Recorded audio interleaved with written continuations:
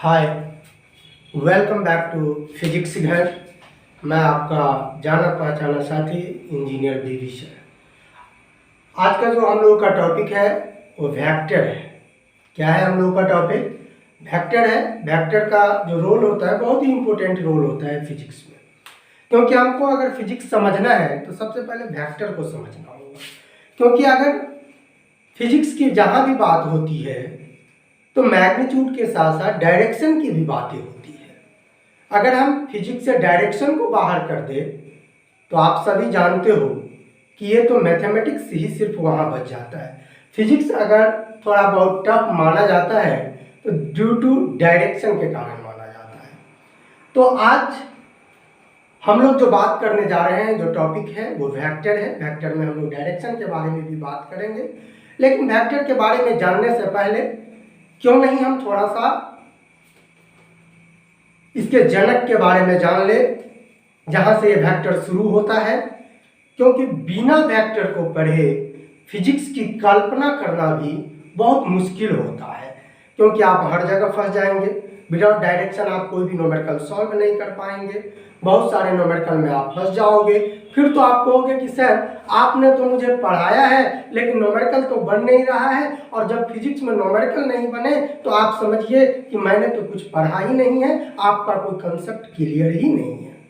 तो my dear student, vector को समझने से पहले थोड़ा सा हम लोग फिजिकल क्वांटिटी के बारे में जान लेते हैं। वैसे भी आप फिजिकल क्वांटिटी के बारे में 9th में भी पढ़े होंगे, 10th में भी पढ़े होंगे, 11th में भी पढ़े होंगे।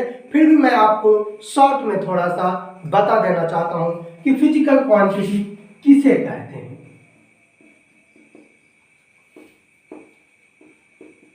ये फिजिकल क्वांटिटी है। सबसे पहले हम लोग डिफिनीशन देख लेते हैं। The quantity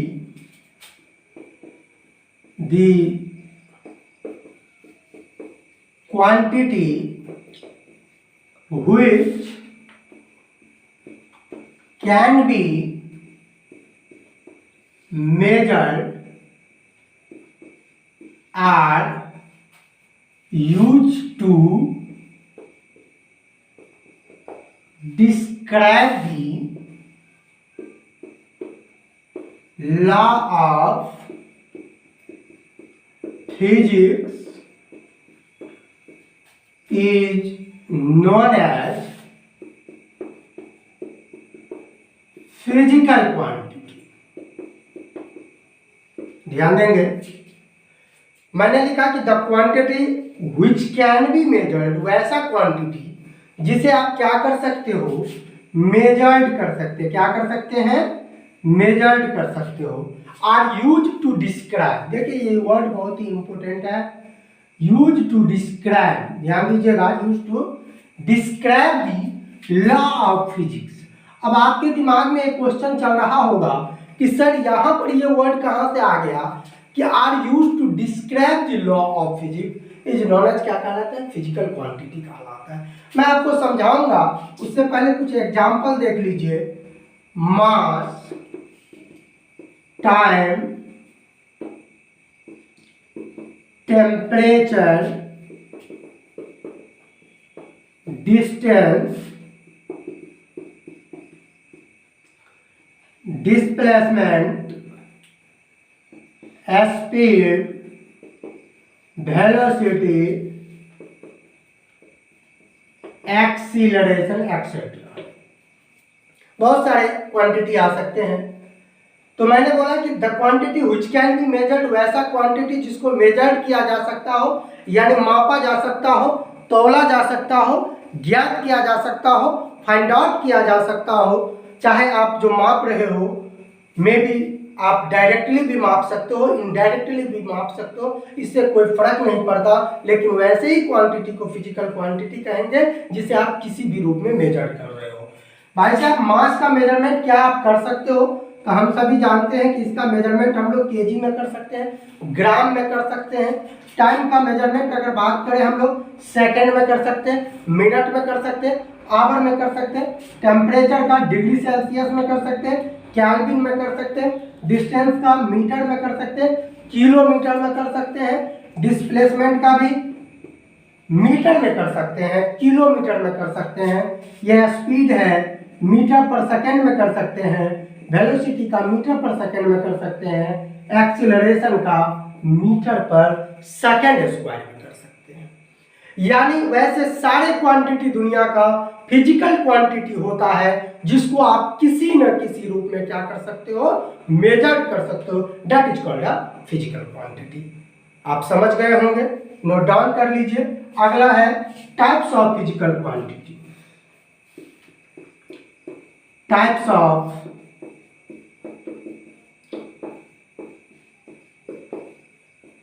physical quantity, types of physical quantity. ये कितने प्रकार के होते हैं? ये 3 टाइप्स के होते हैं। नॉर्मली आपको अधिकतर जो टीचर होते हैं, मैक्सिमम टीचर आपको सिर्फ 2 ही प्रकार के पढ़ाते हैं। First one is called scalar quantity, second one is called vector quantity, third one is called tensor quantity. मैं आपको बता दूं कि मैक्सिमम टीचर जो होते हैं वो 2 ही पढ़ा के निकल लेते हैं, शॉर्टकट से पकड़ लेते हैं, स्केलर और वेक्टर। टेंसर की तो बात ही नहीं करते हैं। लेकिन कंपटीशन में जहां तक बात होती है, बोर्ड तक तो आपका काम चल जाता है, आप स्केलर और वेक्टर पढ़ के हीरो समझ लेते हो अपने आप को। लेकिन जब बात कंपटीशन की आती है तो कंपटीशन आपका यहीं से शुरू होता है, टेंसर क्वांटिटी। मैक्सिमम क्वेश्चन आपको टेंसर क्वांटिटी पे पूछा जाता है, फिर आप फंस जाते हो, कहते हो मैं ये तो आउट ऑफ सिलेबस है। भाई ये आउट ऑफ सिलेबस नहीं है, आपके इनसाइड द सिलेबस है, लेकिन मैक्सिमम टीचर इससे भाग जाते हैं। यही वजह है कि आप क्वेश्चन में फंस जाते हो।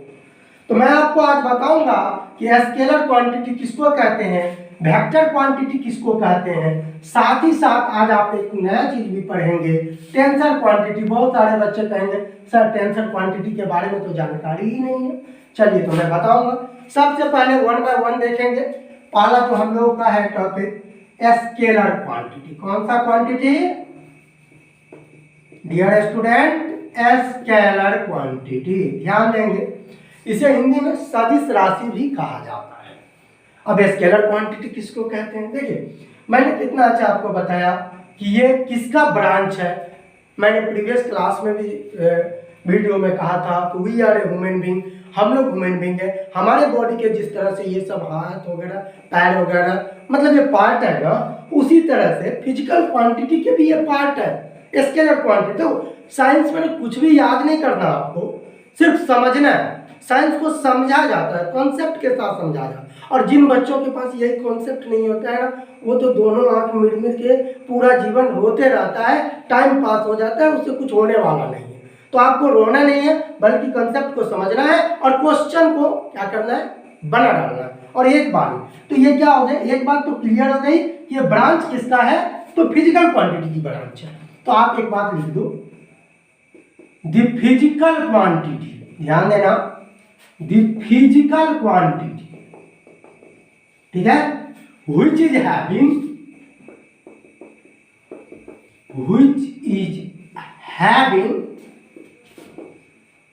only magnitude। ध्यान दीजिएगा, the physical quantity which is having only magnitude is known as scalar quantity. कौन सा क्वांटिटी? Scalar quantity. देखिए मैंने बोला कि टाइप्स ऑफ फिजिकल क्वांटिटी का एक ब्रांच है स्केलर क्वांटिटी, और यहां पर मैंने लिख दिया the physical quantity which is having, वैसा फिजिकल क्वांटिटी जिसके पास होता है सिर्फ क्या होता है, केवल और केवल मैग्नीट्यूड होता है। यानी हिंदी में बोले तो सिर्फ परिमाण होता है, ठीक है, केवल परिमाण की बात होती है। Is known as scalar quantity. जैसे कुछ एग्जांपल आप देख लीजिए, फिर मैं आपको समझा रहा हूं। Mass, time, temperature, distance, speed, work done, etcetera. ठीक है, mass, time, temperature, distance, speed, work done etcetera. अब ये सब स्केलर क्वांटिटी कैसे है? मान लीजिए आप किसी दुकान पर जाते हो, मैं आपको एक सिंपल सा आपके डेली लाइफ में होने वाली घटना को लेकर के मैं आपको उदाहरण दे रहा हूँ ताकि आपको हर जगह समझ में अच्छे से। आप दुकान पे जाते हो, किसी दुकानदार से आप कहते हो कि एक्सक्यूज मी ब्रदर या सिस्टर, आप जो कुछ भी बोलते हो आप उसे कहते हो कि भाई साहब मुझे आप 1 kg क्या कर दो ना, चीनी दे दो। तो आप जब बोलते हो दुकानदार को कि आप 1 kg मुझे चीनी दे दो, क्या आपने कभी उस दुकानदार से ये कहा है कि भाई साहब आप मुझे ईस्ट के डायरेक्शन में दे दो, पूरब के डायरेक्शन में दे दो, मैं आपका चीनी नहीं लूँगा, मुझे आप ऐसा करो उत्तर के दिशा में आप क्या करो, चीनी मुझे कॉल करके दो। ठीक है, तो जैसे ही आप उत्तर के दिशा में जाएंगे, आप किसी भी डायरेक्शन में दुकानदार अगर आपको चीनी देगा कॉल करके, तो हमेशा जो चीनी का परिमाण होगा यानी कि जो उसका माप होगा हमेशा 1 kg ही होगा, चाहे इन विच डायरेक्शन आप किसी भी दिशा में क्यों न जाओ। यानी इसका ये मतलब हुआ कि मास जो है वो डायरेक्शन पर डिपेंड नहीं करता। अब बात हम लोग करते हैं टाइम का। आप पूछते हो excuse me brother what's the time right now, भाई साहब मुझे बताएंगे अभी कितना समय हुआ? भाई साहब बताते हैं, भाई साहब अभी तो 9 बज रही है। तो ये थोड़े कहता है भाई साहब पूरब में 9 बज रहा है, पश्चिम में रात के 12 बज रहे, दक्षिण में अभी 5 बज रहे और उत्तर में अभी 1 बजने वाले। क्या किसी से सुना है? मतलब ये भी डिपेंड नहीं करता। टेम्परेचर डिग्री सेल्सियस या केल्विन में माप दो, ये भी नहीं डिपेंड करता। डिस्टेंस, अभी आप अपने घर से चल के यहाँ तक पहुँचे हो, क्लासरूम तक पहुँचे हो, भाई साहब एक बात बताना, घर से मैं पूछूं कि किस डायरेक्शन में आए हो, आप नहीं बताओ। मेनी टाइम्स आपने लेफ्ट राइट लेके कहीं कोई रास्ते में मिल गया होगा एक ब्यूटीफुल सा फूल, तो थोड़ा उसे भी आप देखने लगे होंगे, 2 कदम पीछे ले लिए होंगे। मतलब इन सारी चीज़ों को छोड़ते हुए आप यहाँ तक पहुँचो, मतलब आप पढ़ने वाले बच्चे। ये बात तो क्लियर है कि आप अपने मंजिल तक पहुँचो, मैं भी आपको मंजिल तक छोड़ दूंगा, बहुत जल्दी इंजीनियर डॉक्टर बना दूंगा, आप टेंशन नहीं लें, सिर्फ आप पढ़ते रहे। स्पीड, आप एक बात तो जानते हो इसी का ये भाई है, तो जब आप उसके पास डायरेक्शन नहीं तो इसके पास कहाँ से आएगा? भाई दोनों एक ही चीज़ है। वर्क डन भी ठीक है, यहाँ डॉट प्रोडक्ट यूज होता है, आगे चल के मैं आपको सारा चीज़ बताऊंगा कि फोर्स डॉट डिस्प्लेसमेंट होता है, और ये कौन सा क्वांटिटी? Scalar quantity. तो एक बात तो क्लियर हो गई ना। आप ऐसे समझ लो कि आप कोई चौराहे पर जाते हो और आपको दिशा का ज्ञान ही नहीं है, इसके पास डायरेक्शन होता ही नहीं है स्केलर के पास, मतलब वह व्यक्ति जिसके पास सब कुछ है लेकिन जीवन में आगे बढ़ने के लिए दिशा नहीं है, उसे पता ही नहीं है कि मुझे किस तरह से लाइफ में आगे बढ़ना चाहिए, मतलब बिना दिशा का व्यक्ति हो। क्लियर है? आपको जाना कहाँ है आपको खुद नहीं पता है, मतलब आप चले जा रहे हो, डिस्टेंस कवर कर रहे हो, that is called scalar quantity. Hopefully कि आपको समझ में यह आ गया होगा। अगला जो है हम लोगों का वो है वेक्टर क्वांटिटी। कौन सा क्वांटिटी है? वेक्टर क्वांटिटी है। चलिए अब हम लोग वेक्टर के बारे में बात करते हैं। एक बात तो है कि इसमें सिर्फ मैग्नीट्यूड है, डायरेक्शन वगैरह तो है नहीं। स्केलर में थोड़ा मैं बता दूं, शॉर्ट में नहीं लिखूंगा, नहीं तो आप लोग पता नहीं क्या क्या पढ़ने लगोगे। इसके पास डायरेक्शन नहीं होता है स्केलर के पास। चलिए अब आते हैं वेक्टर के पास। क्लियर है?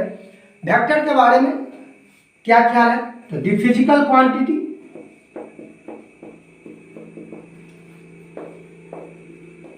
The physical quantity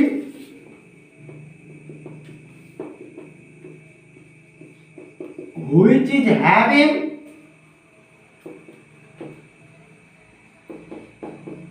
magnitude as well as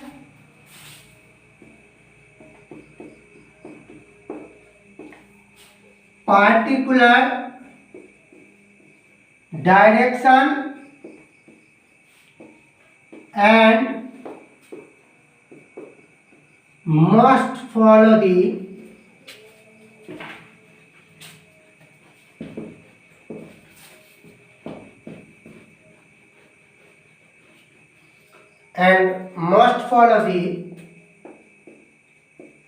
law of vector algebra या ट्रायंगल लॉ भी कहते हैं, is known as vector quantity. is known as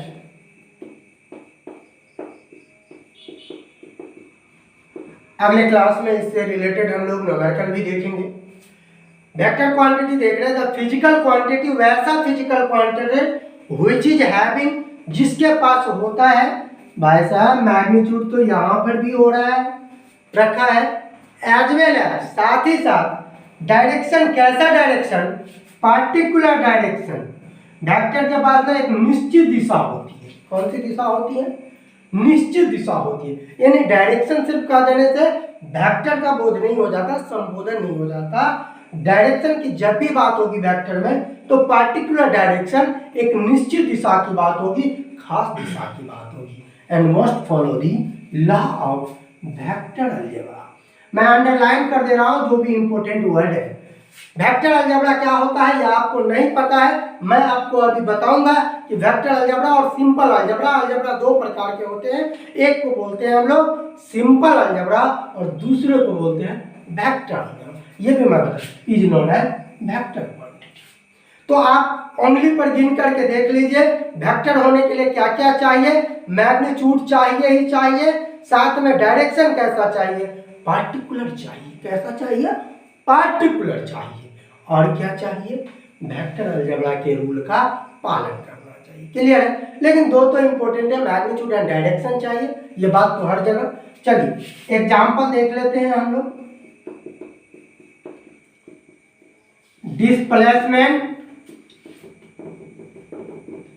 velocity, acceleration, force etcetera, ठीक है, और भी बहुत सारे क्वांटिटी है। और डिस्प्लेसमेंट आप हमसे पूछोगे कि सर वेक्टर क्वांटिटी कैसे, बताइए मुझे, जरूर बताऊंगा, लेकिन थोड़ा सा इंतजार कीजिए। आई विल कम बैक, मैं आऊंगा वापस, कहा जाता है ना मैं आऊंगा वापस सेहरा बांध के, ठीक है, तो मैं आऊंगा वापस आपको रिजल्ट दिलाने के लिए। मैं बताऊंगा कि डिस्प्लेसमेंट वेक्टर कैसे, वेलोसिटी वेक्टर कैसे, एक्सीलरेशन वेक्टर कैसे, फोर्स कैसे, क्योंकि डिस्प्लेसमेंट के पास मैग्नीट्यूड भी होती है और डायरेक्शन भी होता है, और ये दोनों जिसके पास होता है वही तो वेक्टर होता है। तो इसके पास है, इसीलिए ये क्या है, वेक्टर है। जिसके पास नहीं है वो ऑलरेडी स्केलर है, और नहीं तो वो क्या है, आप बोल सकते हो कि वो टेंसर क्वांटिटी है। मैं वापस जरूर आऊंगा और दोनों पॉइंट को मैं रखूंगा, इसको भी रखूंगा, और लॉ ऑफ वेक्टर अलजेब्रा किसको कहते हैं मैं ये भी अभी बताऊंगा। लेकिन उससे पहले हम लोग टेंसर क्वांटिटी देख लेते हैं। कौन सा क्वांटिटी देख लेते हैं, टेंसर क्वांटिटी देख लेते हैं कि टेंसर क्वांटिटी किसको कहते हैं। क्लियर है, टेंसर क्वांटिटी किसको कहते हैं। अब मैं आपको एक बात मैं आपसे ही पूछता हूं, अगर थोड़ी सी भी नॉलेज फिजिक्स की होगी या जो मैंने अभी पढ़ाया है उसमें से थोड़ा सा भी अगर समझ में आया है तो आप टेंसर को तो खुद डिफाइन कर लोगे भाई। ये लॉजिक नहीं है, कोई आपको समझने की जरूरत है, यहाँ पर याद करने की जरूरत नहीं है। मैंने स्केलर के लिए बोला कि सिर्फ मैग्नीट्यूड होगा, उंगली पर गिना रहा हूँ। फिजिक्स को आप थोड़ा समझो कि स्केलर के पास सिर्फ मैग्नीट्यूड, भाई साहब वेक्टर के पास मैग्नीट्यूड तो कॉमन है ही है। डायरेक्शन, कैसा डायरेक्शन, पार्टिकुलर डायरेक्शन चाहिए, भाई साहब टेंसर के पास भी मैग्नीट्यूड होगा। ये बात तय हो गई कि मैग्नीट्यूड तो तीनों का कॉमन, लेकिन जब डायरेक्शन की बात होगी तो कैसा डायरेक्शन, वेक्टर के पास तो पार्टिकुलर था, इसके पास कैसा डायरेक्शन होगा, स्केलर के पास तो कोई डायरेक्शन ही नहीं था, मतलब इसके पास पार्टिकुलर डायरेक्शन नहीं होगी। जो भी डायरेक्शन टेंसर के पास होगा वो फिक्स वगैरह नहीं होगा, मतलब मैग्नीट्यूड भी होगी, डायरेक्शन भी होगी, लेकिन वो फिक्स नहीं होगा। तो क्या होगा, फिक्स नहीं होगा। तो टेंसर क्वांटिटी में आप लिख सकते हो दी फिजिकल क्वांटिटी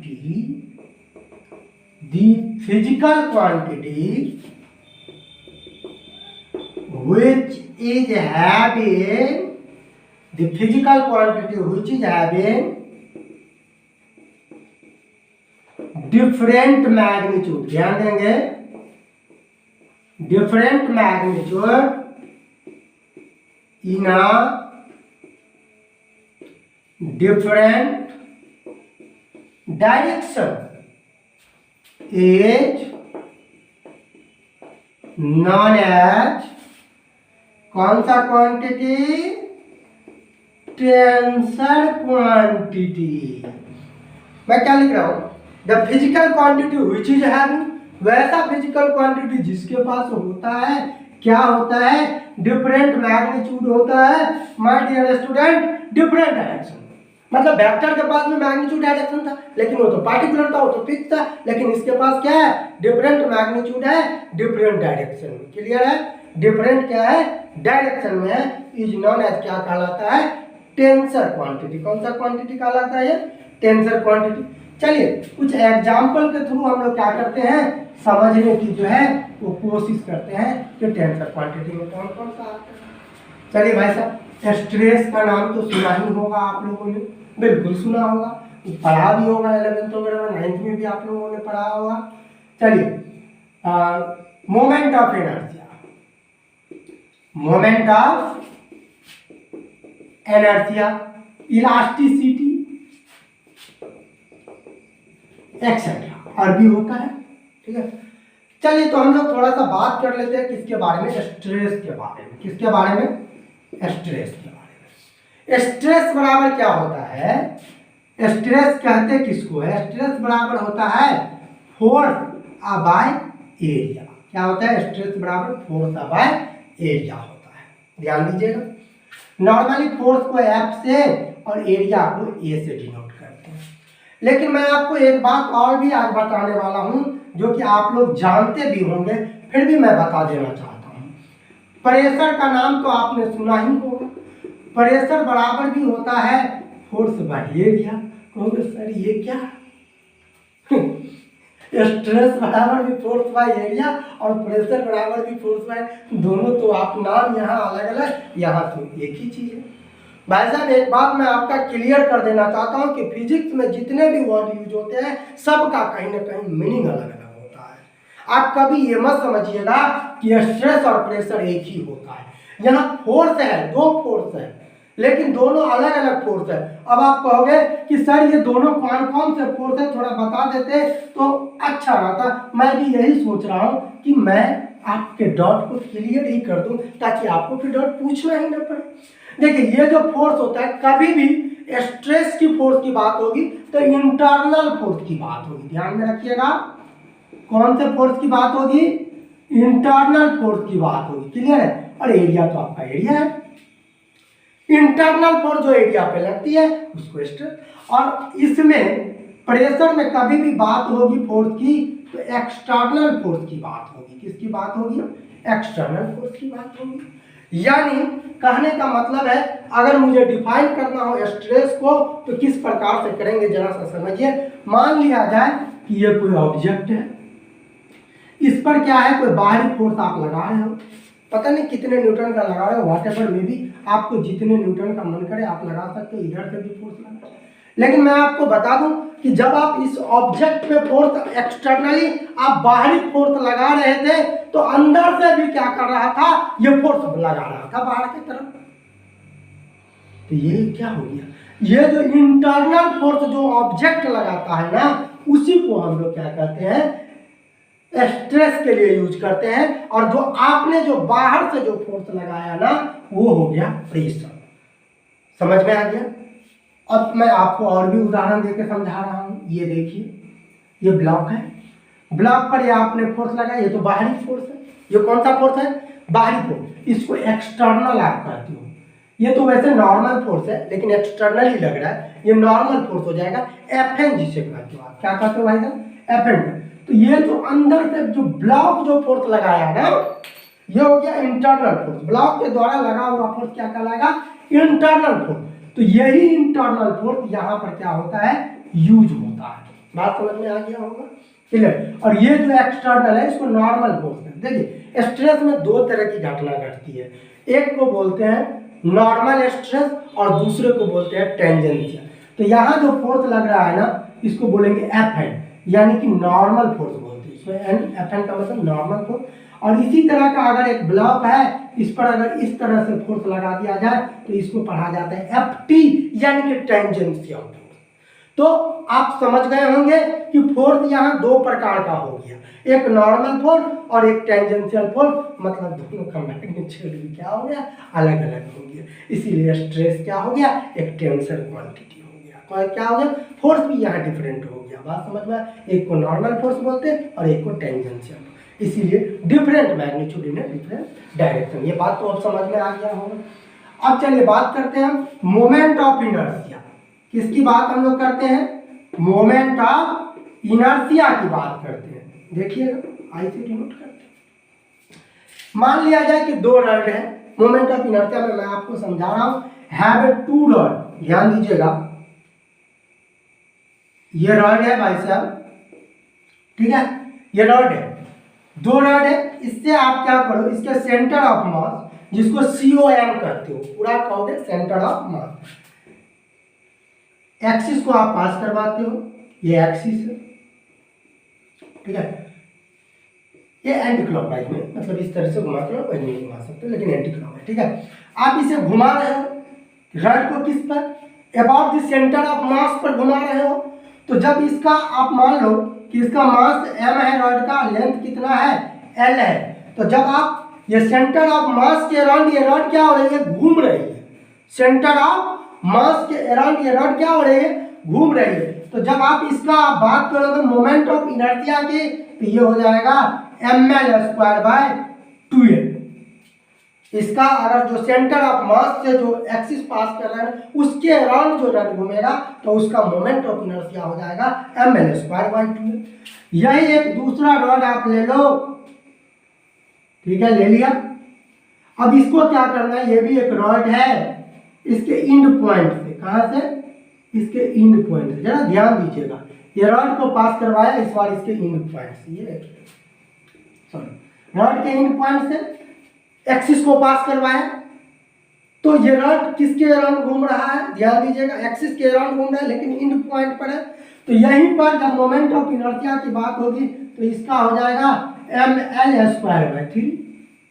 आप देख लीजिए, रॉड वही है, लेंथ वही है, यानी रॉड का मास भी वही है, लेंथ भी l ही है, लेकिन सेंटर ऑफ मास पर से जब जा रहा था तो इसका मोमेंट ऑफ इनर्शिया ml²/2l हुआ, और जब ये इंड से जा रहा था एक इंड से, तो इसका मोमेंट ऑफ इनर्शिया ml²/3 हो गया। मतलब आप स्पष्ट देख सकते हो मैग्नीट्यूड क्या हो गया, दोनों का वैल्यू अलग अलग हो गया, यानी कि मोमेंट ऑफ इनर्शिया भी क्या हो गया, आप कह सकते हो कि टेंसर क्वांटिटी है। कौन सा क्वांटिटी है, टेंसर, लिख लिए आप लोग, चलिए अच्छी बात है। अब जो नेक्स्ट टॉपिक है हम लोगों का, इसी में एक और छूट गया, इलास्टिसिटी। देखिए मैं इलास्टिसिटी भी थोड़ा सा आपको बता दे रहा हूँ। इलास्टिसिटी देखिए, बचपन में से लेकर के जब बच्चा में हम लोग पढ़ते थे ना, और पेंसिल से लिखते थे। देखिए पेंसिल की भी बहुत गजब कहानी है। पेंसिल से क्यों लिखा जाता है, बचपन में पता ही होगा कि बचपन में हम लोग बार बार गलती करें और इरेजर आता है उससे बार बार आप मिटा सको, ठीक है। लेकिन बड़े हो जाते हैं तो पेन दिया जाता है, मैं तो मार्कर से लिख रहा हूँ, मैं तो मिटा सकता हूँ, आप पेन से लिख रहे हो, ठीक है। तो पेन से क्या है ना, इसलिए दे दिया जाता है कि भाई आप गलती की संभावना आपकी बिल्कुल खत्म। अब ये कह देगा ना कोई, सर व्हाइटनर मार दूंगा तो, अरे गधा, जिंदगी में व्हाइटनर मारोगे तो पूरा जिंदगी व्हाइटनर ही मारते रह जाओगे, क्लियर। इसलिए गलती की संभावना यानी कि एरर को क्या कर दो, 0 के बराबर कर दो। तो इलास्टिसिटी, जैसे रबर आपके पास है, आप सिंपल भाषा में आप समझ लीजिए, ये रबर है, क्या है भाई, रबर है, ठीक है। अब इस पर आप फोर्स लगाए, क्या लगाए, फोर्स लगाए। देखो यही same rubber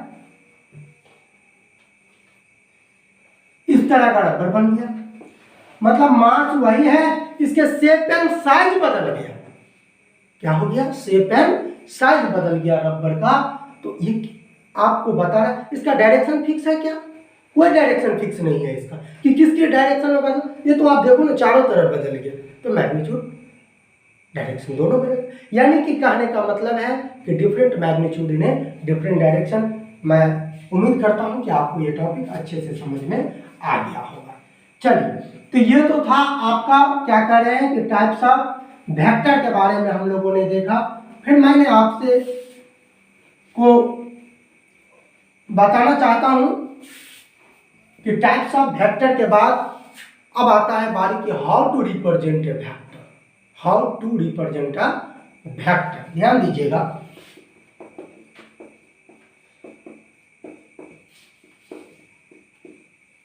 how to represent a vector, यानी किसी भी वेक्टर क्वांटिटी को किस प्रकार से रिप्रेजेंट किया जाता है, बताया जाता है, दिखाया जाता है।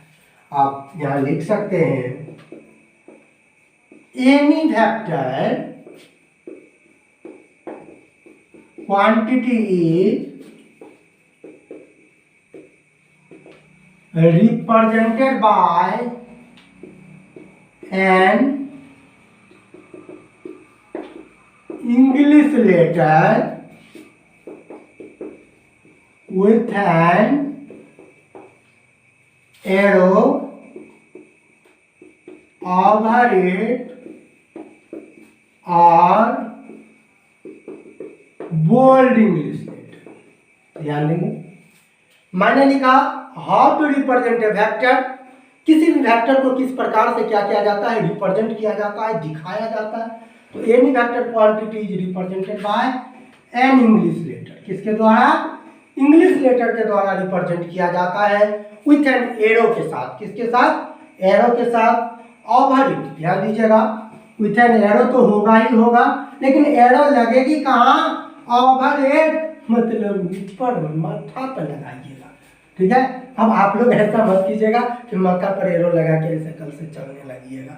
बात समझ, बोलेगा कि कौन बोला, तो इंजीनियर बीबी सर बोलेगा, सारे लोग बोलेंगे वो तो टीचर तो पागल है, तुम भी तो उसके चक्कर में पगला रहे हो, कहाँ जा रहे हो। पर भाई साहब माथा पर बोला, इंग्लिश लेटर के माथा पर, आपके माथा पे नहीं बोल रहा हूँ, ध्यान रखिएगा। या नहीं तो बोल्ड इंग्लिश लेटर, किसके द्वारा, बोल्ड इंग्लिश लेटर के द्वारा तो रिप्रेजेंट किया जाता है इंग्लिश लेटर के द्वारा। एरो होती है लेकिन कहाँ पर होती है, माथा पे होता है, या नहीं तो पुराने जमाने में चलता था बोल्ड इंग्लिश लेटर के द्वारा भी रिप्रेजेंट किया जाता था। जैसे एग्जांपल मैं बोलूंगा कि आपको लिखिए वेक्टर ए, देखिए ये आपको बोलूंगा कि आप लिखिए वेक्टर ए, तो आप यही ना लिखेंगे, आपको जानकारी नहीं है तो इतना लंबा चौड़ा लिख दीजिएगा। और दूसरा स्टूडेंट जिनको जानकारी है वो क्या कहेगा, अंग्रेजी लेटर तो ये हो गया, लिख दिया, और अंग्रेजी लेटर के ऊपर मैंने बोला एरो ओवर इट, तो ऊपर में एरो लगा दिया, तीर का निशान लगा देना है, समझिएगा, ये तीर का निशान है, बात समझ गए, इसको एरो को ऊपर लगा दीजिए। या नहीं तो आप कहिएगा सर आपने तो बोला है कि बोल्ड इंग्लिश लेटर भी लिख लीजिए, तो भाई साहब बोल्ड इंग्लिश लेटर लिखिए और इसको पेंटिंग करते रहिए, ठीक है। लड़कियों के लिए तो एक्सपीरियंस बना रहता है, नेल पॉलिश वगैरह ज़्यादा लगाती है तो उन लोग को ज़्यादा टाइम नहीं लगेगा इसको क्या कर रहे हैं, पेंट कर रहे हैं, लेकिन आप लोग को थोड़ा टाइम लगे, इससे अच्छा है ना, इसके चक्कर में नहीं पड़ के इसी को लिखिएगा, ये नया तरीका यही है, समझे ना। वेक्टर बी देख लीजिए, बी के ऊपर क्या लगा दीजिए, एरो लगा। भाई साहब इतना नहीं लिखना है, मैं बोलूँगा वेक्टर ए लिखिए, खट से बी लिखिए, इंग्लिश लेटर उसके ऊपर एरो ठोक दीजिए, ठीक है। अब कोई कहेगा बुड़बक जो लड़का रहेगा, कहेगा सर हम तो सर्वे करेंगे, नहीं मानेंगे, मत मान, बुड़बक तू तो वैसे भी पीछे वाले बेंच पर बैठता है, टॉपर तो पीछे से भी हो, लेकिन रिजल्ट तुम्हारा टॉपर नीचे से रहेगा क्योंकि तुम तो इसी में सारा समय बिता दोगे, ठीक है। तो आपको समझ में आ गया होगा कि वेक्टर को किस प्रकार से रिप्रेजेंट करना है, दोनों ही तरीका सही है, लेकिन आप ज्यादातर ये यूज कीजिएगा, मैं रिक्वेस्ट कर रहा हूँ, बाद बाकी आपका अपना इच्छा है। अब यह है how to represent a vector. अब है हाउ टू रिप्रेजेंट, लेकिन हाँ एक बात मैं बता रहा हूँ, ये एरो वगैरह क्यों आया और क्यों लगा, यही क्यों इसको वेक्टर के, मैं ये भी बताऊंगा कि क्या दूसरा चीज भी हो सकता है, ये भी ध्यान रखना। How to represent, how to represent magnitude of a vector, ध्यान दीजिएगा, how to represent magnitude of a vector. तो मैग्नीट्यूड ऑफ ए वेक्टर, किसी भी वेक्टर के मैग्नीट्यूड को किस प्रकार से रिप्रेजेंट किया जाता है, दी magnitude of a vector is represented by it's modulus, और इस तरह के सिंबल से ध्यान दीजिएगा, the magnitude of a vector is represented bye it's modulus, ये वाला, या इस तरह के सिंबल से भी क्या किया जाता है, दिखाया जाता है। अब देखिए जिनको नॉलेज नहीं है उसको मैं बोलूंगा क्या लिखना है, वो क्या लिखेगा देखते रहिएगा थोड़ा सा। मैं बोलता हूं कि आप लिखिए मैग्नीट्यूड ऑफ वेक्टर ए, देखिए कितना बड़ा हो गया, मैग्नीट्यूड ऑफ वेक्टर ए पूरा लिख लेगा, मैं बोलूंगा आपको देखिए शॉर्ट में लिखना है मैग्नीट्यूड, तो सबसे उल्टा चलिएगा, कैसे चलना है, उल्टा। वेक्टर ए पहले लिखिए, वेक्टर ए लिखना मैंने सिखा दिया आपको कि ए के ऊपर क्या कर दीजिए, एरो डाल दीजिए, क्या डाल दीजिए, एरो डाल दीजिए, ठीक है। अब क्या करना, मैग्नीट्यूड लगाना, तो मैग्नीट्यूड का सिंबॉलिक रिप्रेजेंटेशन तो दूगो ऐसे खड़ा कर दीजिएगा लाइन, तो अभी हो जाएगा, मोड लगा दीजिए, क्या लगा दीजिए, मोड। तो इसी को पढ़ा जाता है मैग्नीट्यूड, देखिए कैसे पढ़ा जाएगा, मैग्नीट्यूड ऑफ वेक्टर ए। अगर यहीं पर लिखा हुआ है मैग्नीट्यूड ऑफ वेक्टर, ये डॉट डॉट करने का मतलब वो लिखा हुआ है इसीलिए सी, तो आप क्या करो, पहले वेक्टर सी लिख लो और फिर क्या करो, मोड लगा लो। चलिए डियर स्टूडेंट, आज के लिए हम लोग अपने क्लास को यहीं रोकते हैं, फिर मिलते हैं हम लोग अगले क्लास में। तब तक आप लोग पढ़ते रहिए, सुरक्षित रहिए। Thank you.